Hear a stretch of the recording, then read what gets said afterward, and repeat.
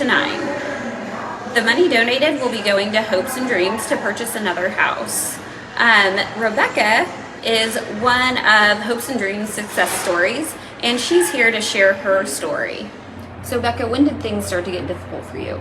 All right, so my home life was rather difficult from the beginning, but I would say that it got really difficult for me when at age 14, my dad finally ran away because him and my mom always had conflict, and then my mom and I never had a good relationship, and it always had been like whether verbally abusive or physically, that and everything in between, I'd say. And my mom at 14 finally went to jail for abuse on me, and then I was on my own for the first time at age 14, and that's when I started to go off track and eventually left high school at age 16. But in high school and throughout my school years, I did make good grades, and I was on the sports team, was the captain of my volleyball, softball, and cheerleading team, and I had a good at school life, but I was torn between who I was at school and then what I was going through at home. And when you're trying to find who you are and what your life says, and then so I definitely was lost beyond measure and struggled with drug abuse in many areas, from weed, meth, alcohol, just anything to escape reality. So how did you end up at Hopes and Dreams? Okay, so this is where hope comes in, and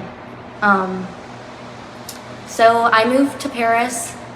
So I was on my own and moved to Paris at 17, and my little brother had actually gotten kicked out of my aunt's house, so he was able to go to school at Paris High School, and then connected with Beth Hansel, which is the one who does Restored Hope. And I came to stay there one day, and we asked her if I can move in. She knew my current situation. She knew what I struggled with, and just as Jesus takes you in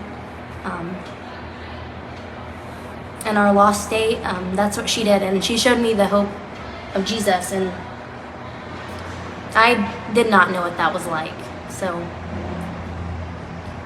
Becca is now doing well enough that she also raises her 2 younger brothers.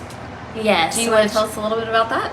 Okay, so they were actually, when I first moved to Paris, I lived with my parent and my mom, and she had married this man, and he had two sons.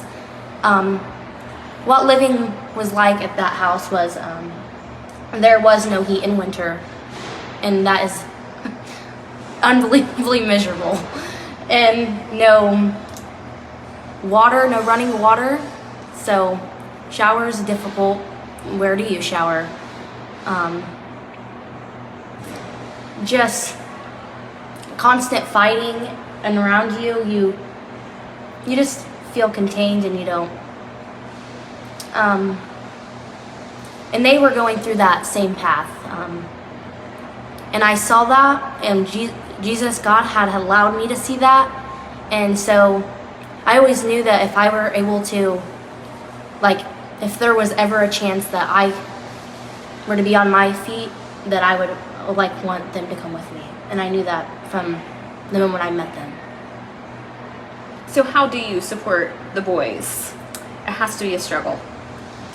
It really is a blessing. God always provides, just as He provided Restored Hope and the people there taking care of our needs. He has provided me with this amazing job, Robin, and a vehicle from my church family.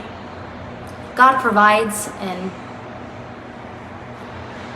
Becca is a true success story. We're so unbelievably proud of her. We want this option to be given to other individuals and students and young adults in our community. We hope that you will help us support this need. If you would like to give monetarily, we will be accepting monetary donations at the beginning of November. If you can't give monetarily, shoes, underwear, socks, coats, any of those things, we will make sure that they get to Beth. As Becca stated, she is in charge of handling all that stuff. If you'd like to give a toy, the youth groups in our community will be coming on December 22nd. They will be wrapping gifts, and if there's an address of anyone that you know that needs a gift, we're happy to leave those at their doorstep. We ask that you continue to pray for these kids that are on the street and pray for Hopes and Dreams and the organization. Thank you so much for being a part of this.